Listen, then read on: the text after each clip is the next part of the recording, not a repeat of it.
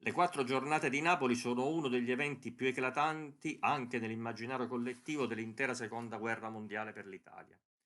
Per cercare di capire appieno l'importanza di questo evento è bene guardarlo almeno attraverso sei prospettive. La prima è di carattere generale, riguarda il contesto storico. A fine settembre del 43 è ormai in corso non soltanto un anno cruciale per l'intera guerra e soprattutto per l'Italia, ma dal luglio del 1943 appunto gli alleati sono sbarcati in Sicilia e cercano faticosamente di risalire la penisola difesa dagli italiani.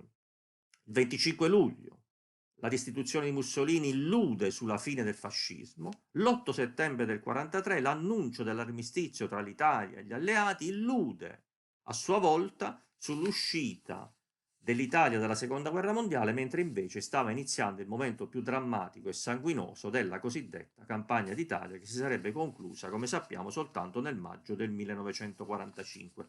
Questo è il contesto complessivo. La seconda prospettiva riguarda Napoli in sé, perché Napoli è una delle grandi città europee in assoluto più bombardate dell'intera seconda guerra mondiale, subisce dall'inizio della guerra, oltre 100 incursioni aeree con migliaia di morti, dispersi con enormi distruzioni materiali. È una città allo stremo delle forze, anche per tutte le privazioni della guerra, la fame e così via. È una città soprattutto che subisce, dopo l'8 settembre appunto, una occupazione tedesca particolarmente dura. I tedeschi a Napoli utilizzano metodi feroci di controllo del territorio e delle popolazioni, per esempio interdicono un'intera fascia costiera lasciando senza casa circa 200.000 napoletani e soprattutto, e questo è uno degli inneschi delle quattro giornate, i tedeschi obbligano all'avvio al lavoro coatto tutti i maschi napoletani in età adeguata e quindi i napoletani cominciano a nascondere i propri uomini perché cercano di sfuggire al lavoro obbligatorio. Questa città, allo stremo delle forze, però ha la forza, è proprio il caso di dire, di cacciare i tedeschi dal proprio territorio. La terza prospettiva riguarda i fatti e i tempi delle quattro giornate, che non sono nate all'improvviso, tutt'altro, perché sono precedute da settimane di scontri e di resistenze rispetto a metodi e tempi dell'occupazione tedesca. Questo è importante.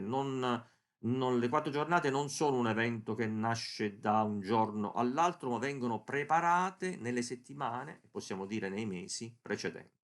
Lo stesso sbarco degli alleati a Salerno, cominciato il 9 di settembre e conclusosi faticosamente soltanto una decina di giorni dopo, dà in qualche modo anche l'illusione che ormai la liberazione si avvicina e produce un ulteriore innesco delle quattro giornate. I tempi dunque le quattro giornate vanno dal 27 di settembre al 30 di settembre, durante le quali, dopo feroci scontri, i tedeschi abbandonano la città e il 1° ottobre del 43 l'ingresso dei primi blindati britannici a Napoli segna davvero la vera e propria liberazione per i napoletani. La quarta prospettiva riguarda il senso complessivo delle quattro giornate. In fondo è la cosa più importante al di là dei fatti, no? Cosa ci rimane anche a livello simbolico di quei 4 giorni così cruciali, non soltanto per Napoli, ma per tutti noi italiani. Intanto Napoli è la prima città europea che si ribella ai tedeschi e li caccia dal proprio, dal proprio territorio. Certo, come ha fatto notare la storiografia e anche come ha fatto notare la narrazione pubblica più volte, i tedeschi erano di fatto già in ritirata, naturalmente, però allora erano ancora ben saldi a Napoli, non si sarebbero mai ritirati con quei tempi e quei modi e certamente avrebbero distrutto di gran lunga più infrastrutture della città se avessero avuto il tempo di preparare con tutta calma o relativa calma la ritirata.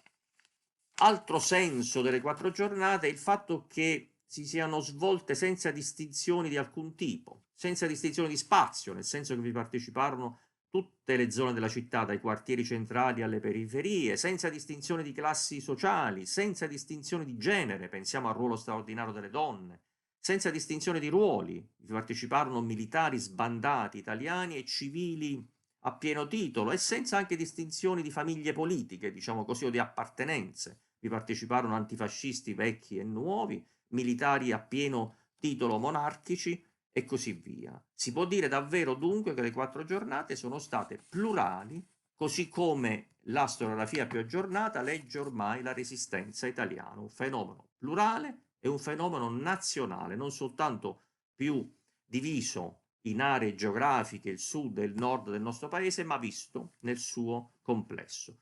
La quinta prospettiva riguarda gli aspetti critici delle 4 giornate, che a lungo sono state viste solo come un fatto spontaneistico, no? Di cui gli scugnizi napoletani sono stati simbolo, e non come invece un evento spinto da ragioni più profonde e collettive. Questa è una vecchia storia che riguarda l'intera interpretazione della storia del Sud in età moderna e contemporanea. L'ultimo aspetto riguarda i numeri. Banalmente, ma i numeri sono importanti soprattutto in eventi come questo. Parteciparono alle 4 giornate migliaia e migliaia di napoletani. Sicuramente almeno 2400 di essi vennero riconosciuti ufficialmente dopo la guerra come partigiani o patrioti.